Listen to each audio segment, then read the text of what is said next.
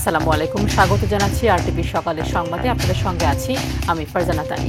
বাংলাদেশে আগামী বছরের ফেব্রুয়ারিতে জাতীয় নির্বাচন অনুষ্ঠানের প্রস্তুতি চলছে বলে জানিয়েছেন প্রধান উপদেষ্টা ডক্টর মোহাম্মদ ইউনূস। নির্বাচনে যেই জয়ী হয়ে আসুক না কেন সংস্কার কার্যক্রম বাস্তবায়নে কোনো বাধা থাকবে না বলেও জানান তিনি। জাতিসংঘ ৮০তম সাধারণ পরিষদ অধিবেশনের ভাষণে কথা বলেন প্রধান উপদেষ্টা।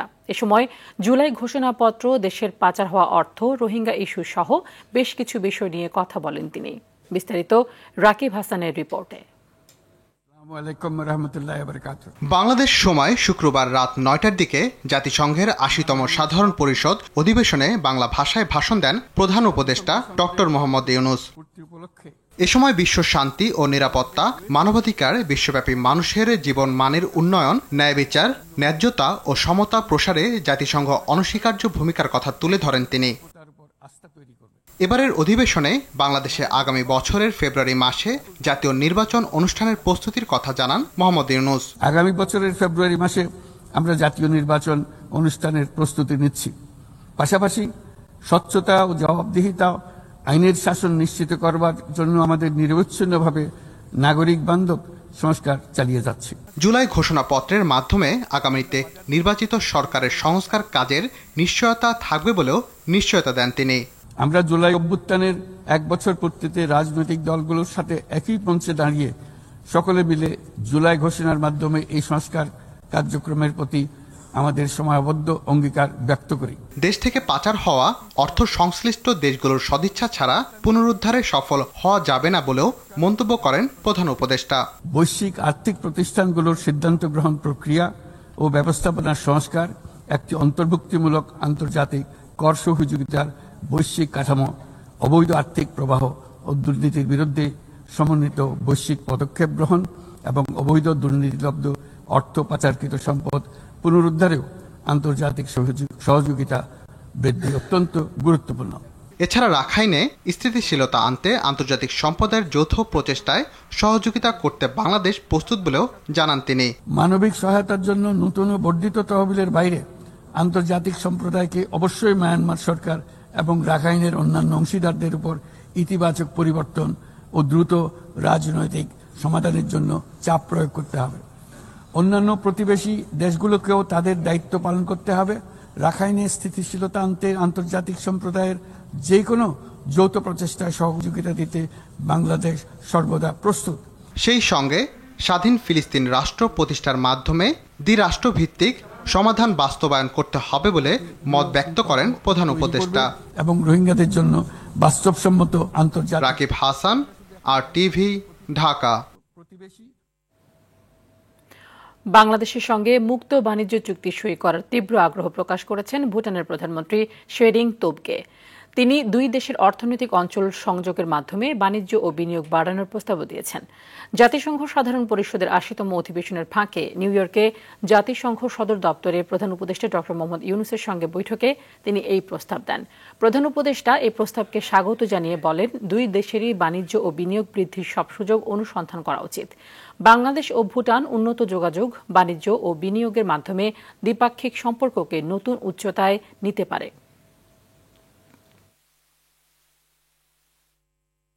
ফেব্রুয়ারিতে নির্বাচনের বিষয়ে রাজনৈতিক দলগুলোর কোনো সংশয় নেই বলে জানিয়েছেন বিএনপির মহাসচিব মির্জা ফখরুল ইসলাম আলমগীর।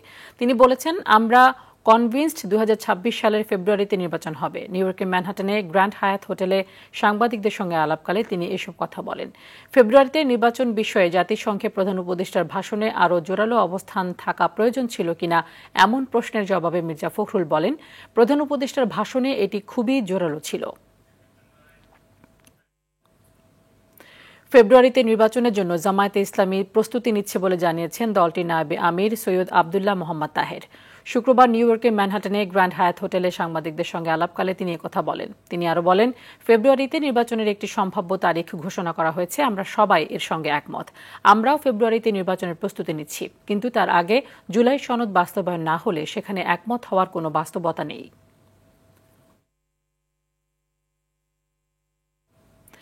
নেই কোনো বাস রুট, নেই চলাচলের অনুমতি। তবুও রাজধানীর ৩০০ ফিট রোড থেকে মানিকগঞ্জের পাটুরিয়া ঘাট রুটে চলছে বৈশাখ পরিবহন। এমনকি বাস রুটের অনুমতির শর্ত পূরণ না করে সড়কে অবাধে চলাচল করলেও দেখার জন্য কেউ নেই। বিআরটিএ বলছে এই রুটের জন্য অনুমতি তারা দেয়নি, যে বাস চলছে তার সব অবৈধ। আর ট্রাফিক বিভাগ বলছে গণপরিবহনকে নিয়মের আওতায় আনতে কাজ করছে তারা। সাকিবুর রহমানের রিপোর্টে বিস্তারিত। অটোরিকশার মতো এখন অনুমতি না নিয়ে চলাচল শুরু করেছে গণপরিবহন। রুট পারমিট ছাড়া বাস চলাচলের অনুমতি না থাকলেও প্রশাসনের চোখের সামনেই রাজধানীর সড়ক দাপিয়ে বেড়াচ্ছে বৈশাখ পরিবহন। আরটিভির অনুসন্ধানে উঠে আসে ভয়াবহ সব তথ্য। এই পরিবহনের 5টি বাসের তথ্য অনুসন্ধানে জানা যায় একটির অনুমতি আছে ঢাকা ময়মনসিংহে, কিন্তু চলাচল করছে 300 ফিট থেকে পাটুরিয়া ঘাট। অন্যটির অনুমতি আছে বাইপাইল আব্দুল্লাপুর, কিন্তু চলাচল করে অননুমোদিত 300 ফিট রোডে। বাকি 3 বাসে রুট পারমিট না থাকলেও সড়ক দাপিয়ে বেড়াচ্ছে বেহাল তবিয়াতে। ড্রাইভারদের কাছেও নেই কোনো উত্তর। কয়েক দফা যোগাযোগ করেও মালিক পক্ষের কাউকেই পাওয়া যায়নি। আমাদের চলার মতো অনুমতি রোডে আছে। যদি জানতে হয়, আমি একটা মিটিং এ আছি, আপনাকে নেক্সট টাইম ফোন দিচ্ছি, আপনি আমার অফিসে আসেন, আমি কথা বলবো আপনার সাথে। এই রুটে বাস চলাচলে কয়েকটি শর্ত দেয় বাংলাদেশ সড়ক পরিবহন কর্তৃপক্ষ। শর্ত পূরণের পর অনুমতি মেলার কথা থাকলেও অজানা শক্তিতে চলছে এই বাস। বিআরটিএ এই বাসকে অবৈধ বললেও ক্যামেরার সামনে কথা বলতে রাজি হননি কেউ। ডিএমপি ট্রাফিক বিভাগ বলছে সড়কে শৃঙ্খলা ফেরাতে কাজ করছে তারা। একটা জটিল পরিস্থিতি সৃষ্টি হয়ে আছে, ওটা আমরা জানি, আমরা বিভিন্ন মিটিংয়ে আলোচনা করছি। আমরা যদি এই সমস্ত বাস রুট রেশনালাইজেশনটা যদি আমরা করতে পারি, এবং আমরা আরেকটা প্রচেষ্টা নিচ্ছি, যেটা হচ্ছে ই টিকেটিং। এখন যে বাসগুলো যত্র থামা, বাসগুলো একটার সঙ্গে একটা প্রতিযোগিতা করা, এর সব কিছু নিয়ে একটা হলিস্টিক অ্যাপ্রোচ, একটা বড় আকারে কাজ করার একটা প্রচেষ্টা গ্রহণ করা হয়েছে। পরিবহন বিশেষজ্ঞরা বলছেন সুবিধার জন্যই রুট পারমিট দেয় কর্তৃপক্ষ, এজন্য বাস রুট রেশনালাইজেশনের বিকল্প নেই বলেও মত দেন। রুট পারমিট দেওয়া হচ্ছে অনেকটা নির্বিচারে। যিনি বাস চালাতে চাচ্ছেন তিনি আবেদন করছেন, আবার যারা এই অনুমোদনটা দিচ্ছে তাদের রিপ্রেজেন্টেটিভ বসে আছে। কমিটির সদস্য সংখ্যা বাড়ানো হয়েছে, তার মধ্যে বড় সংখ্যা হচ্ছে আইন শৃঙ্খলা বাহিনীর যারা সদস্য আছেন, যারা পরিবহনের নেতা আছেন। তার মানে এটা একটা বিশাল সিন্ডিকেট হয়ে গেছে। এখানে রুট পারমিট পাওয়াই এখন একটা বড় ব্যাপার। একবার রুট পারমিট যদি নেওয়া যায়, এটা অনেকটা বিনা পুঁজিতে বা বিনিয়োগে একটা ব্যবসা শুরু হয়ে যায়। শুধু বৈশাখ পরিবহন নয়, রাজধানীতে চলাচল করা বেশিরভাগ বাস বিআরটিএ ও পুলিশকে ম্যানেজ করেই চলাচল করে। এজন্য রাজনৈতিকভাবে এই সমস্যা সমাধানের কথা বলছেন বিশেষজ্ঞরা। সাকিবুর রহমান, আরটিভি, ঢাকা। মাত্র 1 কিলোমিটার সড়ক সংস্কারের অভাবে চরম দুর্ভোগ পোহাতে হচ্ছে টাঙ্গাইলের 3 উপজেলার কয়েক লাখ মানুষের। সড়কের অধিকাংশ জায়গাতেই বড় বড় গর্ত ও খানাখন্দের সৃষ্টি হয়েছে, ফলে যানবাহন উল্টে গিয়ে প্রায়ই ঘটছে দুর্ঘটনা, নষ্ট হচ্ছে যন্ত্রপাতি। দ্রুত সড়কটি সংস্কারের দাবি এলাকাবাসীর। টাঙ্গাইল প্রতিনিধি কামাল হোসেনের পাঠানো তথ্য ও চিত্রে বিস্তারিত জানাচ্ছেন আবরার মাহি। টাঙ্গাইলের ভুয়াপুর ঘাটাইল সড়ক দিয়ে গোপালপুর, ঘাটাইল ও ভুয়াপুর উপজেলার কয়েক লাখ মানুষ যাতায়াত করে থাকে, কিন্তু সড়কের 5টি কড়ি থেকে কালীভিটা পর্যন্ত প্রায় 1 কিলোমিটার জায়গায় বড় বড় গর্ত ও খানাখন্দের সৃষ্টি হওয়ায় চলাচল করতে গিয়ে চরম ভোগান্তি পোহাতে হচ্ছে জনসাধারণের। যানবাহনগুলো গর্তে পড়ে ঘটছে একের পর এক হতাহতের ঘটনা, বিকল হচ্ছে গাড়ির যন্ত্রপাতি। দীর্ঘদিন ধরে সড়কটি সংস্কারের দাবি উঠলেও 2 উপজেলার সীমান্তবর্তী হওয়ায় কার্যকরী কোনো ব্যবস্থা গ্রহণ করছে না কর্তৃপক্ষ। আমাদের ছোট ভাই বোনরা স্কুলে যায়, যাওয়ার সময় দেখা যায় যে সামনে যে এখানে গর্ত হয়েছে, ওই পাশে রাস্তা মাটি নাই, রাস্তা খারাপ, দেখা যায় অনেক ছাত্রছাত্রী পড়ে যায়, জায়গায় জায়গায় ভাঙিয়ে গেছে গা, আপনার জানলে গাড়ি উল্টা জায়গা, দেখা যায় যে আমাদের রাস্তাও কাইটা ছিঁড়া যায়, আমাদের তো অনেক কষ্ট। 8-10 বছর যাবত দেখতেছে যে এই রাস্তা একই অবস্থায় রয়েছে, এখন আরো দুর্ভোগ পোহাতে হচ্ছে যাত্রীদেরকে। অসুস্থ রোগীরা যখন এই রাস্তা দিয়ে তাদের সুস্থতার উদ্দেশ্যে দেয়, গিয়ে আসতে গিয়ে আরো অসুস্থ বেশি হইতে হয়। সবসময় ব্যস্ততম রাস্তায় অতি দ্রুত সংস্কার করা দরকার, তাই আমরা প্রশাসনের দৃষ্টি আকর্ষণ করছি যাতে দ্রুত এই রাস্তাটা মেরামত করা হয়। 2 উপজেলার সাথে সমন্বয় করে অতি দ্রুত কার্যকরী পদক্ষেপ গ্রহণের আশ্বাস এ কর্মকর্তার। পৌরসভার যে অংশটুকু, এটা রাস্তাটার সংস্কার এবং নতুন রাস্তা করার জন্য আমরা ইতিমধ্যে একটা প্রকল্প নেওয়ার সিদ্ধান্ত গ্রহণ করেছি এবং খুব দ্রুতই এই প্রকল্পের টেন্ডার হয়ে যাবে। রাস্তার অবস্থা খুবই খারাপ আমি দেখেছি, এবং ওইখানে আমাদের একটা ড্রেনও আছে, অসমাপ্ত ড্রেন, সেই ড্রেনটার কাজটাও আমরা শেষ করে দেবো। জনদুর্ভোগ লাঘবে দ্রুত সড়ক সংস্কারের উদ্যোগ নিবে কর্তৃপক্ষ, এমনটাই প্রত্যাশা স্থানীয়দের। আবরার মাহি, RTV। আজ বিশ্ব পর্যটন দিবস। অপরূপ সৌন্দর্যে ঘেরা বাংলাদেশের পর্যটন খাতে রয়েছে অপার সম্ভাবনা। তবে সংশ্লিষ্টরা জানিয়েছেন, পর্যটকের সংখ্যা বাড়লেও পর্যাপ্ত বিনিয়োগ হচ্ছে না এই খাতে। অন্যদিকে পর্যটকরা বলছেন, ঐতিহ্যর সংস্কৃতি বিকাশে বাড়তি গুরুত্ব দিতে হবে এই শিল্পকে। প্রতিনিধিদের পাঠানো তথ্য ও চিত্রে আরও জানাচ্ছেন আব্দুল হামিদ। পার্বত্য জেলা বান্দরবনের সবুজ পাহাড়, নীল জলরাশি আর আকর্ষণীয় বিনোদন কেন্দ্রের ফলে দেশি বিদেশি পর্যটকের সংখ্যা প্রতিনিয়ত বাড়ছে এ জেলায়। সম্ভাবনা থাকলেও বিভিন্ন সীমাবদ্ধতায় কাঙ্ক্ষিত লক্ষ্যে পৌঁছাতে পারেনি এ জেলার পর্যটন শিল্প। ভ্রমণপ্রেমীদের আকৃষ্ট করতে নানামুখী উদ্যোগ গ্রহণের পরামর্শ পর্যটকদের। জেলা প্রশাসন বলছে, এরই মধ্যে নেওয়া হয়েছে বেশ কিছু উদ্যোগ। উন্নত করার জন্য মেঘলা এবং নীলাচল, পাশাপাশি প্রান্তিক চিম্বুক, এগুলোতে নতুন কিছু আমরা উদ্যোগ গ্রহণ করেছি। পাহাড়, সাগর, লেক, ঝর্ণা আর বাহারি বিনোদন কেন্দ্রের সমাহার পর্যটকদের বাড়তি আনন্দ দেয় চট্টগ্রামে। ভ্রমণ প্রিয়াসুরা বলছেন, জেলার পর্যটন শিল্পের অপার সম্ভাবনাকে পুরোপুরি কাজে লাগাতে পারছে না কর্তৃপক্ষ। সবাইকে পর্যটন দিবসের শুভেচ্ছা। তো এখানে আমরা এসে কিন্তু সুযোগ সুবিধাগুলো পাচ্ছি না, কিন্তু ভালো একটা ডাস্টবিনও নাই। পুলিশ টল যদি একটু বাড়তি থাকতো তাহলে অবশ্যই ভালো হতো আমাদের জন্য। বঙ্গোপসাগরের বুক চিরে জেগে ওঠা পটুয়াখালীর রাঙাবালী উপজেলার ডিপ হেয়ার আইল্যান্ড। ঘন বনায়ন, বিস্তীর্ণ জলরাশি আর বালুকাময় সৈকত বাড়িয়েছে দ্বীপটির সৌন্দর্য। পর্যটকরা বলছেন, পরিকল্পিত উন্নয়ন হলে দক্ষিণাঞ্চলের পর্যটনের নতুন দিগন্ত উন্মোচন করবে এই আইল্যান্ড। আমি বলবো এটা বাংলাদেশের মধ্যে এক টুকরো মালদ্বীপ। লাল কাঁকড়া দেখা মিলবে, আপনার ঘন ম্যানগ্রোভ বনাঞ্চল রয়েছে এখানে এবং লম্বা সি বিচ রয়েছে। মানে থাকার জন্য আবাসিক যদি কোনো হোটেল থাকে তাহলে এখানে অনেক পর্যটক আসবে এখানে ঘোরার জন্য। এদিকে যোগাযোগ ব্যবস্থা খারাপ হয় দর্শনার্থীদের কাছে দিন দিন জনপ্রিয়তা হারাচ্ছে বরগুনার পাথরঘাটার হরিণঘাটা লালদিয়া পর্যটন স্পট। এখানে প্রাকৃতিক পরিবেশ যেটা, এটা সবথেকে বেশি উপভোগ করেছি আমরা। বরগুনা থেকেও আসে, মানে পর্যটন শিল্প হিসেবেই পরিচয় লাভ করতে পারে যদি আরো উন্নত করা যায়। হ্যাঁ, পরিবেশটা সুন্দর খুবই, রাস্তাটা হইলে আরো একটু ভালো লাগবে। আরো দেশের ভ্রমণ স্পটগুলোতে নিরাপদ ও পর্যটক বান্ধব পরিবেশ গড়ে তুলতে পারলে দ্রুত ঘুরে দাঁড়াবে এই শিল্প, এমনটাই মত সংশ্লিষ্টদের। আব্দুল হামিদ, RTV। জীবনে কিছু দেখার প্রায় 3.5 লাখ মানুষের বসবাস বরগুনার আমতলী উপজেলায়। উন্নয়নের দিক থেকে উপজেলাটি অনেকটা আগানো থাকলেও পর্যটনে এতদিন পিছিয়ে ছিল আমতলী। তবে এখন প্রশাসনের পক্ষ থেকে শিশু পার্ক করার পরেই যেন স্বস্তি ফিরেছে পুরো উপজেলাতে। প্রতিদিনই অসংখ্য মানুষ পার্কে আসছেন স্বজনদের নিয়ে। বরগুনার প্রতিনিধি তাওহিদুল ইসলাম শুভর প্রতিবেদনে আরও জানাচ্ছেন লামিয়া তানজিন মাহমুদ। একটা সময় ছিল যখন আমতলী উপজেলাবাসীর ঘোরাঘুরির জন্য যেতে হতো পাশের কোনো উপজেলা কিংবা জেলার বাইরে, কিন্তু এখন এই উপজেলাতে ভিড় জমাচ্ছেন দূর দূরান্ত থেকে আসা মানুষেরা। কেউ আসছেন প্রিয়জনকে নিয়ে, কেউ আসছেন নিজের বাচ্চাদের নিয়ে। শুক্রবার আর এই দ্বিতীয়বার আমাদের অনেক ভালো লাগছে। আমার প্রচন্ড খুশি লাগতেছে যে শিশুদের জন্য নতুন একটি পার্ক উপস্থিত করেছে, তার জন্য নতুন টিউনো স্যারকে জানাই অনেক ধন্যবাদ। আগে কোনো পার্ক ছিল না, তো আমাদের ঘোরার জন্য আমরা বিভিন্ন শহরে যাইতাম, বরিশাল যেতাম, পটুয়াখালী যেতাম। তো এখন আমাদের ইউনো স্যার করছে, তো এই জন্য আমরা খুবই আনন্দিত। তবে বাচ্চারাও সুন্দর মজা করতে পারতেছে।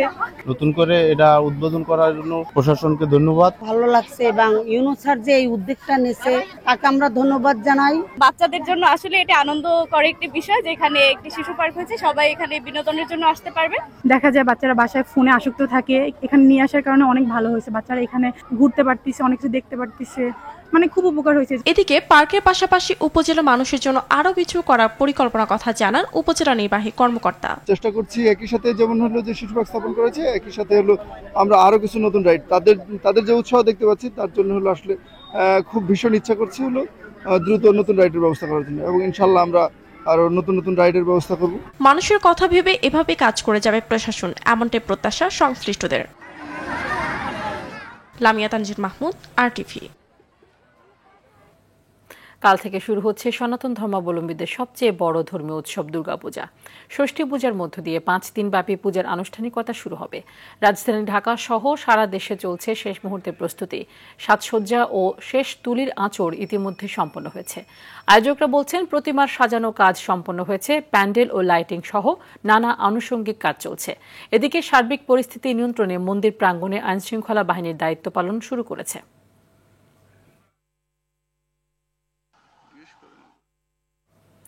এই মুহূর্তে রমনা কালী মন্দির থেকে সরাসরি যুক্ত হচ্ছেন সহকর্মী সাদিয়া কানিজ।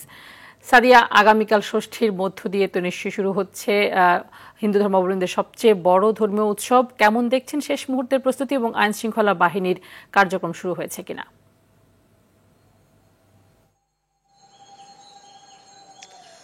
তানি, অপেক্ষার পালা কিন্তু একেবারে ফুরিয়ে এসেছে। আর একদিন পরেই অর্থাৎ আগামীকাল সকাল থেকে ষষ্ঠীর মধ্য দিয়ে ধর্মাবলম্বী সবচেয়ে বড় ধর্মীয় উৎসব শারদীয় সূচনা হবে এবং সেই নিয়ে কিন্তু আসলে ভক্ত অনুরাগীদের মধ্যে উৎসাহ উদ্দীপনার কমতি নেই। আমরা দেখেছি যে এই শেষ মুহূর্তে প্রস্তুতির পর্ব দেখার জন্য 2-1 করে ভক্ত আসছেন এবং দেবী দুর্গার যে প্রতিমা প্রস্তুত হয়েছে সেখানে কিন্তু প্রণাম করে যাচ্ছেন অনেকেই। আর সেই নিয়ে কিন্তু যেহেতু আগামীকাল থেকে শুরু হচ্ছে সবচেয়ে বড় ধর্মীয় উৎসব, সবাইকে নিয়ে সুন্দর করে আনন্দের সাথে যেন দুর্গা উৎসব পালন করতে পারে সেই প্রত্যাশাই কিন্তু ভক্তরা জানাচ্ছেন। এবং এরই মধ্যে সমস্ত যেসব দেবী দুর্গার প্রস্তুতি সম্পন্ন হয়েছে এবং রং তুলির কাজও শেষ হয়েছে। এখন যেটি চলছে শেষ মুহূর্তের পরিষ্কার পরিচ্ছন্নতা এবং লাইটিং এর যেসব কাজ, সাজানোর যেসব কাজ, সেই কাজগুলো চলছে। আপনি দেখতেই পাচ্ছেন আমার সামনে দেবী দুর্গার প্রতিমা প্রস্তুত হয়েছে এবং রঙের কাজও কিন্তু সম্পন্ন হয়েছে। আর আইন শৃঙ্খলা বাহিনীর কথা যদি বলতে যাই, আমরা যেহেতু সকালবেলা এখনো তেমন কোনো প্রস্তুতি আমরা দেখিনি, তবে কিছু আনসার সদস্যদের আমরা দেখতে পেয়েছি, তারা প্রস্তুত রয়েছেন। আর ভক্তরা আসছেন, তারা বলছেন যে সবাই মিলে একসাথে যেন সুন্দর করে এই দুর্গা উৎসব পালন করতে পারে সেই প্রত্যাশা কিন্তু সবাই জানাচ্ছেন। আর একটি বিষয় জানিয়ে রাখি, এবার কিন্তু দেবী দুর্গা আসছেন গজে চড়ে, অর্থাৎ হাতির পিঠে করে। এটি শুভ লক্ষণ হিসেবে ধরা হচ্ছে এবং যাবেন দোলাই করে, মানে দোলনায় করে, সেটিকে কিন্তু ঝড়ঝাপটা কিছুটা অশুভ হিসেবে ধরা হচ্ছে। তো সব মিলিয়ে যেন সবাই ভালোভাবে পূজা উদযাপন করতে পারে সেই কথাই কিন্তু সবাই বলছেন। এবং আগামীকাল ষষ্ঠী, সপ্তমী, অষ্টমী এবং নবমী, পরের দিন দশমীর মধ্য দিয়ে কিন্তু এই শারদ উৎসবের সমাপ্তি হবে। তো তানি, রমনা কালী মন্দির থেকে শারদ উৎসবের বিষয়ে এই ছিল আমার কাছে সর্বশেষ। ধন্যবাদ। শ্রমিকদের বেতন বৃদ্ধির ইস্যুকে কেন্দ্র করে আজও বন্ধ রয়েছে চাঁপাইনবাবগঞ্জ, রাজশাহী ও নাটোর থেকে ঢাকাগামী বাস। বৃহস্পতিবার রাত থেকে পূর্ব ঘোষণা ছাড়াই টানা 2 দিন বাস বন্ধ রাখায় চরম ভোগান্তিতে পড়েছেন যাত্রীরা। এদিকে সকালেও রাজশাহীর শিরোইল বাসস্ট্যান্ডে এসে বাস না পেয়ে বিপাকে পড়েন যাত্রীরা। তাদের অভিযোগ, অগ্রিম টিকিট কাটা থাকলেও টাকা ফেরত দেওয়া হচ্ছে না, এমনকি কোনো বিকল্প ব্যবস্থাও রাখা হয়নি। ফোন করলেও পরিবহন কর্মকর্তারা সাড়া দিচ্ছেন না। এতে চরম দুর্ভোগে পড়েছেন যাত্রীরা। যদিও এই রুটে একতা ট্রান্সপোর্টের বাস স্বাভাবিকভাবে চলাচল করছে।